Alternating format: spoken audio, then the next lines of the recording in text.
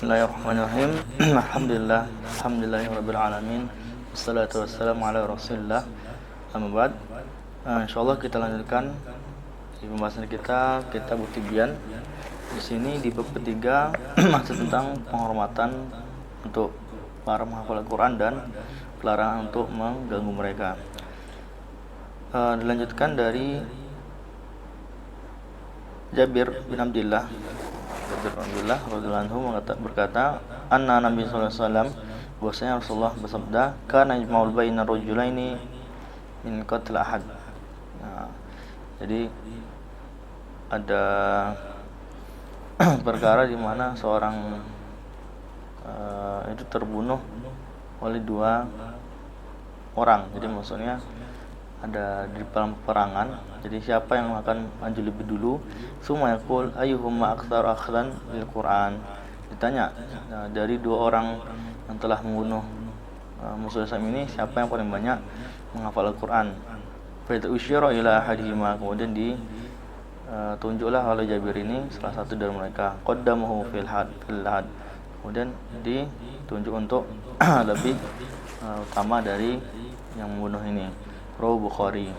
Jadi ada keunggulan ketika orang itu memiliki hafalan Al-Qur'an.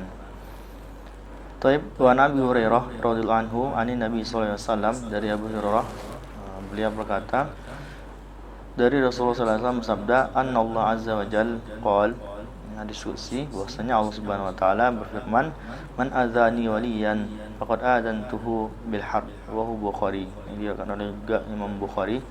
Jadi Allah mengatakan, barang siapa yang mengganggu waliku, maka aku telah mengizinkannya untuk diperangi. Ini diriwayatkan oleh Imam Bukhari. Maksudnya wali-wali Allah itu tidak boleh diganggu. Kalau sudah diganggu berarti yang mengganggu itu halal darahnya. Tapi lanjutannya, wasabab fi sahihain anhu radhiyallahu anhu sallallahu alaihi wasallam annahu qala, bahwasanya di hadis yang sama di kitab Sahihain, man shalla subhi fa huwa fi zimmatillahi ta'ala, barang siapa salat subuh maka dia berada di dalam zimmahnya Allah. Fala yatlabannakumullahu ta'ala bi syai'in min zimmatihi, jadi Allah tidak akan meminta sesuatu darinya, jadi insyaallah terbebaskan. Kemudian disebutkan di sini Wanil imamain al-jalilain Abu Hanifah wa Syafi'i, jadi dua imam besar yaitu Imam Abu Hanifah dan Syafi'i rahimahullahu ta'ala, Allah merahmati keduanya. Qala, mereka berkata, illam yakun ulama awliya'ullahi ta'ala falaysa lillahi wali. Imam Syafi'i dan Abu Hanifah bersepakat bahwasanya jika ulama itu bukan menjadi wali-walinya Allah, maka sungguhnya Allah tidak ada wali lagi di dunia ini, seperti itu.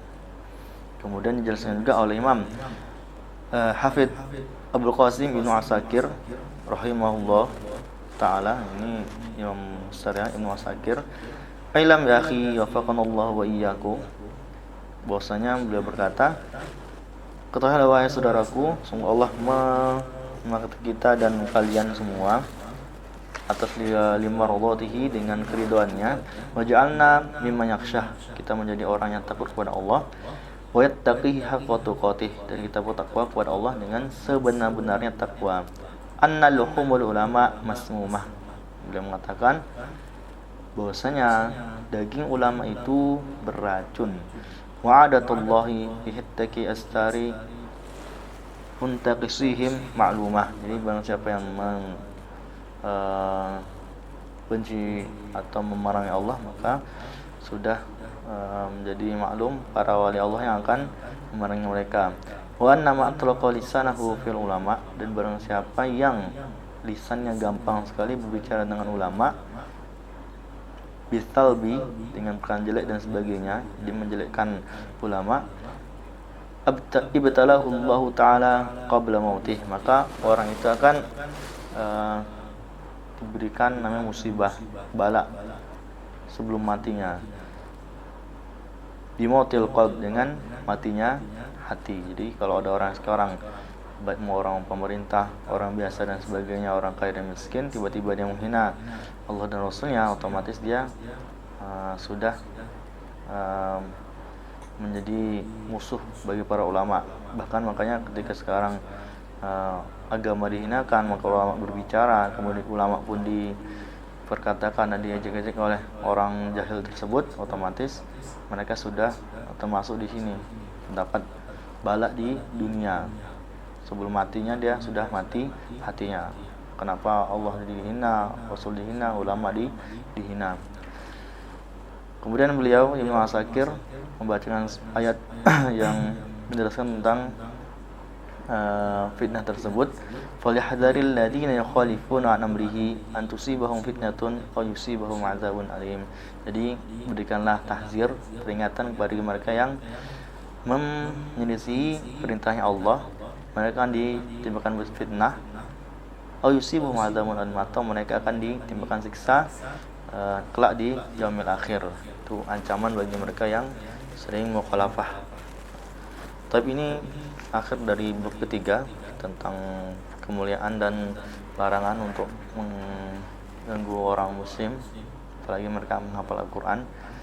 Insyaallah di bab yang keempat kita membahas adab mu'allimil Quran wa muta'allimihi. Jadi langsung ke bab adab bagi seorang pengajar dan yang belajar kepada ulama mengenai Al-Quran. Mohon maaf jika ada kesalahan, kurang lebihnya saya bersyukur. Assalamualaikum warahmatullahi wabarakatuh.